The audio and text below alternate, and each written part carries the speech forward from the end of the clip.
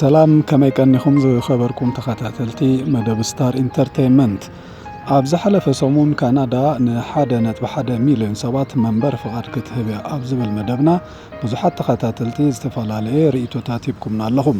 ገለ ካብኡ ኣዝዩ ጠቓሚ ሞያዊ ብቕዓት ዘለዎ ምኽርታት ኣሎ። ንስለኹሉ ተሳታፍነትኩም እናመስገና ንኹሉ ሕቶታትኩም መልሲ ኣብ ዝቕፅል ዓርቢ ሒዝናልኩም ክንቀርብ ምዃንና ክንሕብር ንፈቱ። ብፍሉይ ክትርኽቡን ዝደለኹም ሰባት ከዓ btowase14 ኢልኩም ጽሓፉለይ ወይ ብ251 95 10 94 67 ደውሉለይ ዝከኣለኒ ዘበለ ክገብር እየ። እዚ ኣነ ዝሕብረኩም ሓበሬታ ግን ኣብ ኢንተርነት ዝተፈላለየ ድሕረ ማሕበራዊ ገጻትን ኣንቢበ ዝረኸብክዎ ምዃኑ ክሕብረኩም ይፈቱ። እቶም ኣንቢብኩም ክትርድኡ እትኽእሉ ድማ ነቶም ኣንቢቦም ክርድኡ ዘይክእሉ ክትተሓባበርዎም ንላቦ። ዝኸበርኩም ተዓዘብቲ ኣብ ዝሓለፈ መደብና ንሎሚ ኣብ ካናዳ ብቐሊሉ ወይ ብቕልጡፍ መንገዲ ክርከባ ዝኽእላ 10 ዓይነት ስራሓት ወይ ከዓ ሞያታት ሒዝናልኩም ክንቀርብ ምዃንና ሓቢርናኩም ነርና። እንሆ ድማ ከም ቆፀራና ደበኺልና ኣለና። ዝኸበርኩም ተዓዘብቲ ነዘን ሞያታት ከላለይኩም እምበር ብዓስረይቲ ጀሚርና ናብ ቀዳመይቲ ክንከይድ ኢና። እቲ ዓስረይቲ ብቕልጡፍ ክትርከብ እትኽእል ስራሕ ካብታ ቀዳመይቲ ዝኸበደት ዓይነት ሞያ ምዃና ክንሕብረኩም ንፈቱ። በኣርከስ ናብ ዝርዝራተን ክንኣቱ ተኸታተሉና። ዓስረይቲ ትራክ ድራይቨር ወይ ድማ ብኣባህላ ትግርኛ ኣውቲስት ዓባይ መኪና ማለት እዩ። ኣብ ካናዳ ምዝዋር ዓባይ መኪና ንኽትረኽቦ ዝቐለለ ዓይነት ሞያ ኮይኑ ናይ ብሓቂ ልዑል ጠለብ ዘለዎ ስራሕ ድማ እዩ። ብርግጽ ናይ ጉልበት ስራሕ እኳ እንተኾነ ክፍሊቱ ድማ ብኡ መጠን ልዑል እዩ። ኩላና ከም ንፈልጦ ባህርያት ስራሕ ኣውቲስታ መገሻ ስለ ዝበዝሖ ቐጻሊ ምስ ስድራኻ ኣይትነብርን ኢኻ። ዝበዝሐ እዋን ኣብ መገሻ ኢኻ ተሕልፎ። ስለ ዝኾነ ድማ ፍቕሪ ስድራ ቤት ክጎድል ባህርያዊ ይኸውን። ኣብ ካናዳ ስራሕ ኣውቲስታ ዓባይ መኪና ብካናዳውያን ስለ ዘይዕየ ዝበዝሑ ብስደት ዝኣትዉ ካብ ሙሉእ ዓለም ዝመፁ ስደተኛታት ኤርትራውያን፣ ኢትዮጵያውያን፣ ሶማልያውያን፣ ኢንዶኔዥያውያንን ስሪላንካውያንን ካልኦት ካብ ርሑቕ ምብራቕ ወይ ከዓ ፋር ኢስት ዝመፁ ስደተኛታት ክሰርሕዎም ከለዉ ኣብ ሰዓት ካብ 50-60 $60 ይኽፈሉ። እዚ ማለት ከዓ ኩሉ ወፃኢታቶም ብምሽፋን ካብ 50-60,000 $ኣብ ዓመት ኣታዊ ይገብሩ። ግዳሓቂ ክንዛረብ እዚ መጠን ገንዘብ እዚ ይሃብካን ይሃበናን ዘብል እዩ። ኣብ ካናዳ መዘወሪ ፍቓድ ዓባይ መኪና ወይ ድራይቪንግ ላይሰንስ ንኸተውፅእ ኮለል እንተዓብን ዘይብሉ $3,000 ከፊልካ ብግቡእ ተማሂርካ ኢኻ እተውፅኦ። ታሻዓይቲ ዝቐለለት ወይ ብቕልጡፍ ክትርከብ እትኽእል ሞያ ዝኸበርኩም ተዓዘብቲ ታሻዓይቲ ዝቐለለት ወይ ብቕልጡፍ ክትርከብ እትኽእል ሞያ ዝኸበርኩም ተዓዘብቲ ኣድሚኒስትሬቲቭ ኣሲስታንት እትበሃል ዓይነት ሞያ ክትከውን እንከላ ብትግርኛ ድማ ሴክሬታሪ እናበልና እንፅዋዕ ዓይነት ስራሕ እያ። ኣብ ሃገርና ስራሕ ሴክሬታሪ መብዛሕትኡ እዋን ብደቂ ኣንስትዮ ኣሕዋትና ዝዕየ ሞያ እዩ። ኣብ ካናዳ ድማ ብማዕረ ማለት ብደቂ ኣንስትዮን ደቂ ተባዕትዮን ዝዕየ ስራሕ እዩ። ስራሕ ሴክሬታሪ ወይ ድማ ስራሕ ንኣድሚኒስትሬቲቭ ሴክሬታሪ ኣብ ካናዳ ብዙሕ ትምህርቲ ዘየድልዮን እኹል ኣፍልጦ ኮምፒውተር እንተሃሊካን ብዳታ ኢንተር ክትጥቀም እንተኽኢልካን መሰረታዊ ናይ ማይክሮሶፍት ኣፍልጦ እንተሃሊካን እኹል እዩ። ብኡ መጠን ድማ ናይ ቋንቋ እንግሊሽ ብቕዓት ማለት ክትሰምዕ፣ ክትዛረብ፣ ክትፅሕፍን እንተኽኢልካ በዚ ዓውዲ እዚ ልዑል ጠለብ ካብ ኣስራሕቲ ዝርከበሉ ዓይነት ሞያ እዩ። ከም ኩነታት ዓይነት ስርሑ ማለት ከም ሴክሬታሪ ኣብ ሓደ ናይ ዕደና ወይ ናይ ነዳዲ ትካል ምስ እትቁፀር ወይ ስራሕ ምስ እትጅምር ኣብ ሰዓት ካብ 50-60 $ክትምርር ትኽእል። ከም ስኬል ናይቲ ትካል ከም ገለ ካምፓኒታት ብዙሕ ክኸፍላን ከለዋ ገለ ድማ ማእከላይ ገለውን ትሑት መጠን ደሞ ዝህብ ኣለዋ። ስለዚ ዕድል ከሓዊስካ ኣማራርፅታት ክትፍትሽ ኣለካ። ብሓፈሻ ስራሕ ሴክሬታሪ ወይ እውን ኣድሚኒስትሬቲቭ ኣሲስታንት ቅጥንን ፍእምን ክበሃል ይከኣል። ምክንያቱ ስራሓት ተቐቢልካ ብምፅፋፍ ንሓለቓ መሃብን ኣብ ዘየለወሉ ኣብ ክንድኡ ኮንካ ነገራት ብምፅፍፋፍ ንዝጠቓልል ካብኡ ብምሕላፍ ግን ስራሕ ሴክሬታሪ ብዙሕ ፍሽፍሽ ዘይብሉ ናብ ፈቐድኡ ብቐሊሉ ክርከብ ዝኽእልን ሞያ እዩ። ክማላእ ዝግብኦ ነገራት እንተሃልዩ ጽቡቕ ሌላ ምስ ኮምፒውተር ክህልወካ ኣለዎ። ምልከት ማይክሮሶፍት ወርድ፣ ማይክሮሶፍት ኤክሰልን ክህልወካ ይግባእ። እዚ ድማ ነዞም ናይ ሕጂ ዘለና ወለዶ ኣዝዩ ቀሊል ኮይኑ በብእዋኑ ገለ ኮርሳት መምሃር ጥራዩ ዘድሊ። እዚ ኮርሳት እውን እንተኾነ ኣዝዩ ፎኪስን ቀሊልን ኮይኑ ክንሰርሓሉ ድማ ጥዑም እዩ። ሻመነይቲ ብቕልጡፍ ኣብ ካናዳ ስራሕ ንረኽበላ ዓይነት ሞያ ዝኸበርኩም ተኸታተልትና ኡበር ድራይቨር እያ። ኡበር ማለት በትግርኛ ክትርጎም እንከሎ ዓብይ ዝዓበየ ወይ ድማ ዝበለጸ ማለት ኮይኑ በፀዋውዓ ካናዳውያን ግን ታክሲስታ ማለት እዩ። ኣብ ካናዳ ዘዋሪ ታክሲ ምዃን ዝቐለለ ካብ ዝገብሩ ነጥብታት ብዙሕ ናይ ትምህርቲ ወይ ልዑል ደረጃ ትምህርቲ ስለ ዘይሓትት እዩ። ብዙሓት ኤርትራውያን ኣብ ካልጋሪ፣ ኤድሞንተን፣ ኦንታሪዮ ካልኦት ዞባታት ካናዳ ዝነብሩ ኣብ ትርፊ ሰዓቶም ወይ ድማ ፓርት ታይም ዝሰርሑ ዓይነት ሞያ እዩ። ኣብ ሰዓት ድማ ብማእከላይ ገምጋም ክሳብ $25 ኣታዊ ይረኽቡ። ጉልበትካ ዘይህልኽ፣ ክዳውንትኻ ዘይርስሕ ጽፉፍ ኣዝዩ ጽቡቕ ስራሕ ድማ እዩ። ብቐሊሉ ኣብ ጎደና ወይ ጽርግያ መኪና ሒዝካ ብምውፃእ ዝርከብ ስራሕ እዩ። ከም ኣውቲስታ መጠን ፓይተንቲ ካብ ዝኾነ ዓይነት ናይ ገበን ሪከርድ ነፃ ዝኾነ ክትከውን ኣለካ። ሓነን ቀድንን መሰረታዊ ድማ ኢንሹራንስ ምዝህልወካ ኣብ ሰዓት $25 ምምእራር መን ይኽእልካ። ኣብ ሰዓት $25 መን ንስኻን መንፋዓትካን ማለት እዩ። ስለ ዝኾነ ድማ ብብዙሓት ሰባት ዝፍቶ ዓይነት ስራሕ ዝኾነ ንስኻትኩም እውን ዝኸበርኩም ተዓዘብትና እዚ ስራሕ እዚ እንድሕር ዳኣ ፈቲኹሞ ኩሉ ዓይነት መስራሓት ወይ ፕሮሰሳት ክንፍጽመልኩም ወይ ክንውዳኣልኩም ተዳሊና ኣለና ካብ ስታር ኢንተርቴይንመንት። ንስኻትኩም ድማ ላይክ፣ ሼር ኤንድ ሳብስክራይብ ኣይትንፈጉና። ቻነልና ንምሕያል እውን ጠቓምን መዓድን ርእቶታትኩም ስደዱልና። ናብ ቁም ነገርና ምስ እንምለስ ድማ ሓደ ኣብ ግምት ከኣቱ ዝግብኦ ነገር ክንሕብረኩም። ስራሕ ታክሲስታ ብቐሊሉ ክርከብ ዝኽእል ስራሕ እኳ እንተኾነ ብኻልእ ማእዝን ምስ እንሪኦ ከዓ ዝሓየለ ስራሕ ኮይኑ እዩ ዝጸንሐና። ምክንያቱ ምስ ሰባት ጽቡቕ ምቅርራብ ክህልወናን ሰሓብን መሳጥን ዕላላት ክህልወናን ኣለዎ። ናይ ገዛ ርእስና መኪና ድማ ክንውንን ክንክእል ኣለና። ብተወሳኺ ኩሉ ወፃኢታት ከም ነዳዲ፣ ጎማን ካልእ ወፃኢታት ናይ መኪና ክንሽፍን ብዙሕ ክንሰርሕ ኣለና። ኮታስ ኡበር ወይ ከዓ ታክሲ ምስራሕ ማለት ከም ሓደ ኣፕሊኬሽን ኣብ ሞባይልና ዘሎ ጌርና ንሕሰቦ። ብዙሓት ሰባት ብምልላይ ወይ እውን ዓማዊል ብምጥራይ ስራሕና ክንሰርሕ ንኽእል። ታክሲ እናሰራሕካ ብዙሕ ሓደሽቲ ነገራት ትረክብን ትፈልጥን። ስደተኛታት ብስኮላርሽፕ ዝመፁ ተምሃሮን ብዙሓት ነበርቲ ወይ ተቐማጡ ካናዳ ዝሰርሕዎ ስራሕ ኮይኑ ኣዝዩ ብዙሕ ገንዘብ ከዓ የኸዕቡት እዮም። ሻብዒቲ ብቐሊሉ ወይ ብቕልጡፍ እትርከብ ሞያ ድማ ክቡራት ተዓዘብቲ ብዙሓት ኣብ ካናዳ ዝነብሩ ሰባት ዝመርፅዋ ዓይነት ሞያ ኮይና ኮንስትራክሽን ሄልፐር ዝብልዋ ብትግርኛ ድማ ተሓጋጋዚ ናይ ህንፃ ሰራሕተኛ ኮይና ብልምዲ ድማ ሚነዋለ እትበሃል እያ። ደቅሾ ኣቃባጢሮም ክጽውዑ ከለዉ ድማ ሚን ትበሃል። እዚ ሞያ እዚ ብዙሕ ውረድ ደይብ ዘይብሉ ዶክመንት ናይ ትምህርቲ ዘይተቕርበሉን ስለ ዝኾነ ብቕልጡፍ ክርከብ ይከኣል።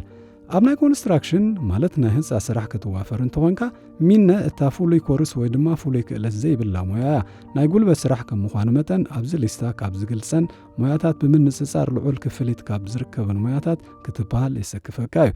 ተሓጋጋዚ ናይ ህንፃ ስራሕ ኣብ ኣልቤርታ ከም ጀማሪ $20 ክኸውን ከሎ ኣብ ኦንታሪዮ ድማ $17 ንሰዓት ትጅምር። ምስ ግዜ ድማ ምስ ሞያ እናጥረኻን ኣታዊታትካ እናበረኸ ይኸይድ። ስለዚ ኣብ ዓመት ከም መጠን ሰራሕተኛ ተሓጋጋዚ ህንፃ ክንደይ ክርከብ ይከኣል ክንፈልጥ እንተደሊና $20 ዝረብሖ 40 ሰዓት ዝረብሖ ብ25 ሳምንታት ጌርና ኣራቢሕና ክንፈልጥ ንኽእል ኢና። ከነየ ገንዘብ ድማ ዝኸበርኩም ተዓዘብትና ከም ተሓጋጋዚ ህንፃ ኢልና ምስ ኣተና ብዕድል ምስ ሓደ ኤሌክትሪሻን እንተተመዲብና እናተኸፈልና ሞያ ኤሌክትሪሻን ንምሃር ኣለና ማለት እዩ። ሲስተም ናይ ካናዳ ንኹሉ ብዘርብሕ ኣገባብ ስለ ዝተዳለወ ናይ ስኮላርሽፕ ተምሃሮ ኮይኖም ካብ ክፍሊ ድሕሪ ምውፃእ ኣብ ስራሕ ሚነዋለ ዝተዋፈሩ ንነብሶም ኮይኖም ንስድራ ቤቶም ዝኾኑ ኣህጉራውያን ተምሃሮ ብዙሓት እዮም። ከም ተሓጋጋዚ ህንፃ ብምጅማር ዝተወሰነ እዋን ድሕሪ ምስራሕ ናይ በቕዓት ሰርቲፊኬት ስለ ትወሃብ ኣታዊታትካ ካብ $20 ኣብ ሰዓት ናብ $50 ክብል ይኽእል። ካብኡ ሓሊፉ እውን ሊቸንሳ ብምውፃእ ዝተፈላለዩ ዓይነት ኮንትራት ምውሳድ ይከኣል። ካናዳ ልሙዕ ሕዛእቲ ናይ ስራሕ ስለ ዝኾነት ካብ ምምሕዳር ከተማ ዝተፈላለዩ ዓይነት ሊቸንሳ ብምውፃእ ይከኣል። ንኣብነት ናይ ኤሌክትሪሻን፣ ናይ ምምርማር ብቑዕነት ነዳዲ፣ ሰሜንቶን ካልኦት ዝተፈላለዩ ዓይነት ስራሓትን ምውፃእ ይከኣል። ብዙሓት ናይ ህንፃ ምሁራትን ኣውፈርቲ ርእሰ ማልን ነዚ ብምምዝማዝ መንበሪኦም ኣብ ካናዳ ገይሮም እዮም። ኣልቤርታ ኣብ እትበሃል ግዝኣት ካናዳ ናይ ህንፃ ሰራሕተኛታት ልዑል ተጠላብነት ኣለዎም። መብዛሕትኦም ኣብ ናይ ህንፃ ስራሕ ዝተዋፈሩ ሰባት ካብ ኣብ ናይ ኦፊስ ስራሕ ዝተዋፈሩ ሰባት ኣታዊታቶም ልዑል እዩ። እዚ ድማ ናይ ህንፃ ስራሕ ልዑል ክፍሊት ወይ ደሞዝ ከም ዘለዎ ዝሕብር እዩ። ሻድሸይቲ ብቐሊሉ ወይ ብቕልጡፍ ኣብ ካናዳ ዝርከብ ዓይነት ስራሕ ወይ ሞያ ኮል ሰንተር ካስተመር ሰርቪስ እናተባሃለ ዝፍለጥ ኣብ ዓድና ድማ ኦፐሬተር እናተባሃለ ዝፍለጥ ዓይነት ስራሕ እዩ።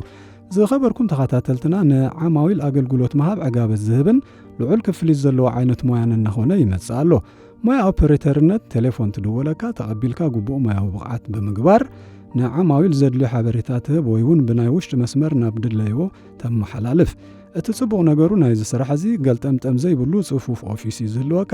ልክዕ ከም ኢንኩቤተር እቲ ዘለኻዮ ኦፊስ ሙቐት ስለ ዝህብ ከም ካልኦት ናይ ህንፃ ሰራሕተኛታት ዓይነት ኣብ ግዜ ቁሪ ኣይረኽበካን እዩ።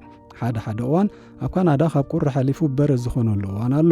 ኮል ሰንተር ካስተመር ሰርቪስ ዝሰርሕ ሰብ ግን ቁርን ሃሩርን ዝምልከቶ ኣይኮነን ክሳብ ኣብ ኦፊስ ዝሃለወ። ስለዚ ምስ ናይ ህንፃ ሰራሕተኛታት ብምንፅፃር ክርአ እንከሎ ዝበለፀ ኦፊስ ሃሊካ ኣብ ጣውላኻ ሻህቡን እናበልካ ምዕያይን ተርንዕ ዝበለ ደሞዝ ምርካብን ዘየቕና ኣይኮነን። ስራሕ ወይ ሞያ ኦፐሬተር ንኽትሰርሕ እንትርፎ ተመክሮን ትምህርትን ዝሓተካ የለን።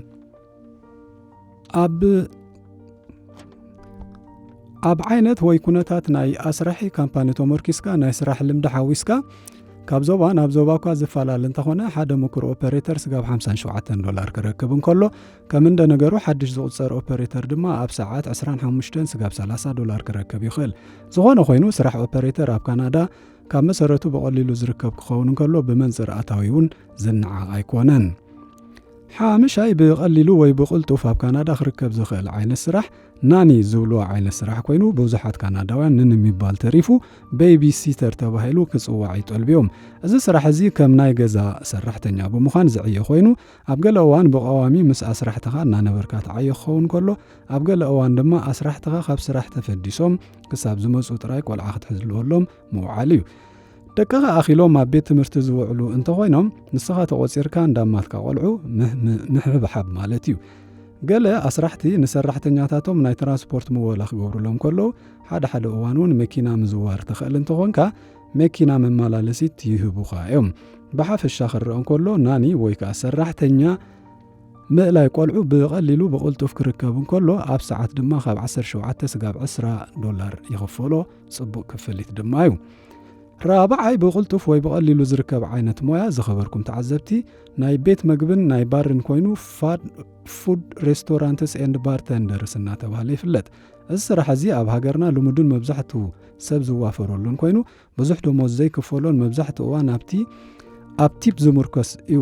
ስራሕ ቤት ምግቢ ፋስት ፉድን ባራትን ልዑል ኣታዊ ዝርከቦ እኳ እንተኾነ ኣብ መጀመርያ ግዜኻ ጸቕጢ ዝፈጥር ስራሕ እዩ።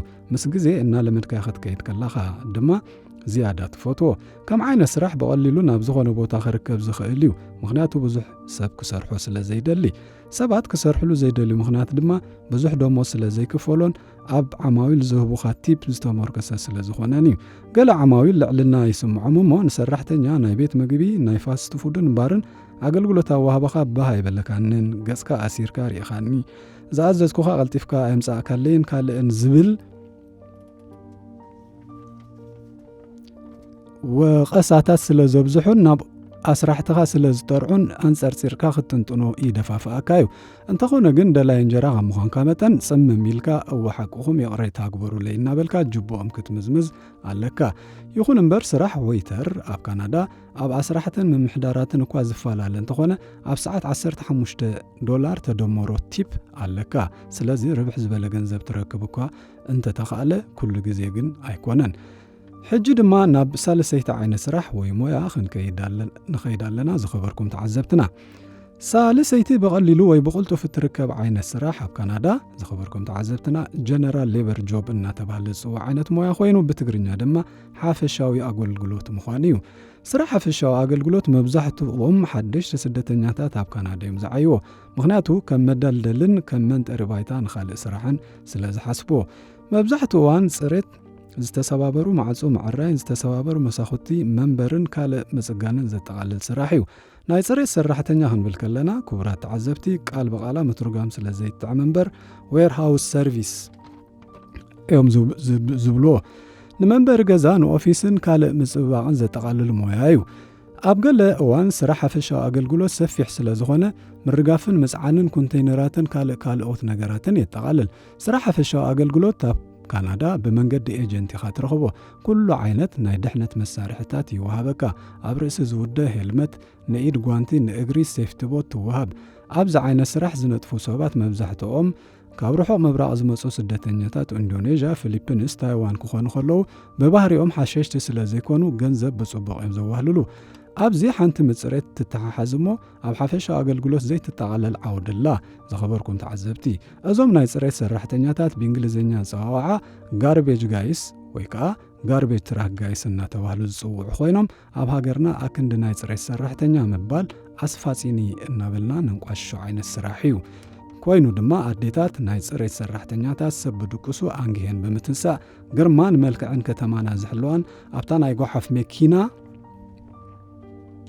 ወይ ጋርቤጅ ትራክ ዝጽዕኑን ተመሳሳሊ እዩ እቲ ፍልልይ ክፍል ይጥራዩ ኣብ ካናዳ ብሚዛን ናይ ዝኣከብዎ ጓሓፍ ዝኽፈሉ ኮይኖም ኣብ ሰዓት $25 ክፍሊት ኣለዎም እዚ ንእግረ መንገድና ዝገለጽናዮ እምበር ምስተን 10 ዓይነት በቐሊሉ ዝርከባ ዓይነት ስራሓት ኣይትምደብና ክቡራት ተዓዘብቲ ቁጽር 2 ኣብ ካናዳ በቐሊሉ ንረኽባ ዓይነት ስራሕ ሪቴል ሴልስ ወርከር ዝበሃል ኮይኑ ብትግርኛ ኣብ ድኳናትን ሞላትን ኣሻያጣይ ማለት እዩ እዚ ኣገባብ ኣሻያጣይ ምዃን ብጅምላ ወይ እውን ብችርቻሮ ክኸውን ይኽእል ኣብዚ ስራሕ እዚ ዝሰርሑ ኣስራሕቲ ናይ ግድን ኣይኮነን ዓበይቲ ትካላት ወይ እውን ሞላት ክኾና ዋላ ንኣሽቱ ሱፐርማርኬታትን ድኳናት እውን ኣሻያጣይ ክቆጽራ ናይ ግድን እዩ እቶም ዝቝጸሩ ሰባት ከዓኒ መብዛሕትኦም እዋን ናይ ስኮላርሽፕ ተምሃሮ ክኾኑ ከለዉ ብመጠኖውን ዓበይቲ ሰባት ብትርፊ ሰዓቶም ዝሰርሕዎ እዩ ከም ዓይነት ስራሕ ብቐሊሉ ዝርከብን ብቋሚ ክስርሓሉን ዝኽእል ኮይኑ መብዛሕትኡ ሰብ ንቐጻሊ ዝሰርሖ ዓይነት ስራሕ ኣይኮነን ምኽንያቱ ሓያል መዳርን ተዛሪብካ ከተእምን እትኽእል ዓይነት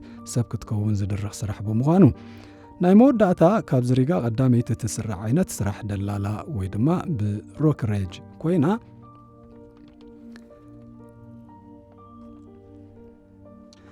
ብምሩጻት ቃላት እናላወጽካ ንዓይነት ክሸጦ ዝደለኻ ንብረት ዓይነቱን ብቕዓቱን ክብናበልካ ትሸጦ ኣገባብ ኮይኑ ኣብ ገለ ድኳናት ወይ ካምፓኒታት ካብ ሽያጥ 200 ክሕሰበልካ እንከሎ ኣብ ገለ ዓበይቲ ካምፓኒታት ካብ $15-16 ኣብ ሰዓት ይኽፈለካ እዚ ናይዚ ስራሕ ባህ ዘብል ነገር ካናዳ ቁራሪ ሃገር ከም ምዃኑ መጠን ንስኻ ኣብ ድኳንካ ኮይንካ እንክሸይጥ ዝረኽበካ ቁሪ ወይ ዛሕሊ የልቦን ዘይ ከም በዓል ናይ ህንፃ ሰራሕተኛታት ናይ ከተማ ጽሬት ሰራሕተኛታት መራገፍቲ ኮንቴይነራትን ካልኦት ዝኣመሰሉን ናይ ኣሻያጢ ስራሕ ኣብ ድኳንካ ኮይንካ ጽሬትካን ሙቐትካን ሓልኻ ዝሰርሕ ማለት እዩ ኣብ ከምዚ ዓይነት ስራሕ ብምውፋር ንኻልእ ዝሓሸ ስራሕ መቆማት ድማ ይከኣል መብዛሕትኦም ካብ ካናዳ ዝኣትዉ ስደተኛታት ከም መበገሲ ሓደ ስራሕ ድርዒ መሓዝ ድሕሪ ዝተወሰነ እዋን ናብ ካልእ ዝሓሸ ስራሕ ይዛወሩ ስቶር ኪፐር ወይ ድማ ሓላፊ መኻዚን ኮንካ ምስ እትቝጽር ድማ ዝበለጸ ደሞዝ ክትረክብ ይከኣል ኣብ መወዳእታ ዝኸበርኩም ተኸታተልትና እታ ዘቐለለት ኣዝያ ዘቐለለት ዕዮ ወይ ስራሕ ኣብ ካናዳ እትርከብ ኣብዚ ዘዳለናዮ ሊስታ ኣብ 10 ተርታ እትስራዕን